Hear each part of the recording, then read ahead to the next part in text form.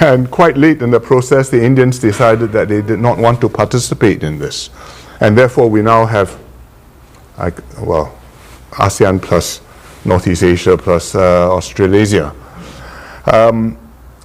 I think it's a useful grouping to have. I hope one day the Indians will be ready to participate. Certainly, if they are going to grow and on projections one day, they will catch up with the Chinese, maybe even overtake them, but because they have a much younger population and the Chinese population is already declining. Well, the RCEP is quite a diverse group. I'm not sure. I suppose now that it exists, multiple people may claim parentage. But I thought Singapore had something to do with the initials anyway, because originally it was meant to be an East Asia summit kind of partnership, basically of the economies which are on the Asian side of the Pacific.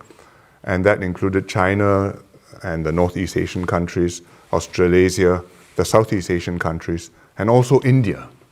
And in that configuration, we thought you brought the major economies in, and there was a good balance. China, India, although India really is 1/4 the size of China's GDP. And then you have Australia and New Zealand, who are treaty allies of the US, and if they're in the group can't be that anti-US. So we thought we had a good configuration, and it came quite far, but you never know until you reach the marriage altar who's there. And quite late in the process, the Indians decided that they did not want to participate in this. And therefore, we now have, ASEAN plus Northeast Asia plus Australasia.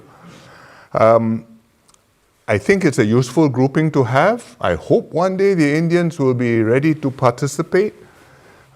Certainly, if they are going to grow and on projections one day, they will catch up with the Chinese, maybe even overtake them, but because they have a much younger population and the Chinese population is already declining.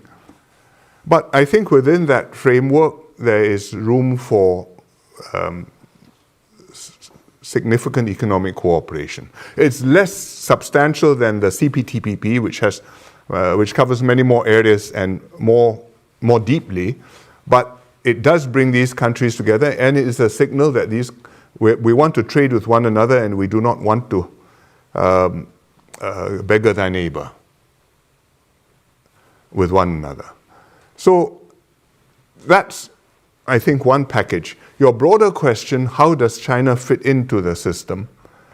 I think the answer is somehow or other China does want to fit into the system, because from their perspective, they are not wanting to go and to wreck the WTO system. They have benefited from this. They joined the WTO. It was at a time when Zhu Rongji was the premier, and he had a clear view that this was the way to force his own companies, including SOEs, to become internationally competitive, because you have to follow the WTO rules. And therefore, you have to open up your markets. I mean, some negotiated arrangement, but business has to be done. And therefore, you have to measure up. And in the early years, anyway, there were disputes which were brought to the WTO, and they sometimes went in favor of the Chinese, sometimes went against. And when they went against, quite often the Chinese actually complied and fulfilled the judgments. I'm not sure that's the situation now, but it was how it started up. But now what they say, and have said quite consistently, is that they uphold the multilateral trading system, and they would want to go by a rules-based order. But the rules-based order, in which one participant is a lot bigger than the others, calls for forbearance and restraint and certain self-enlightened magnanimity, which doesn't come naturally to any great power.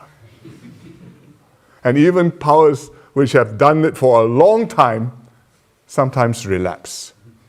There are few examples may come to mind. So in that situation, for China to participate is not so easy, because you've not only got to express the right attitude, you've actually got to convince people that this is how you're going to behave in real life.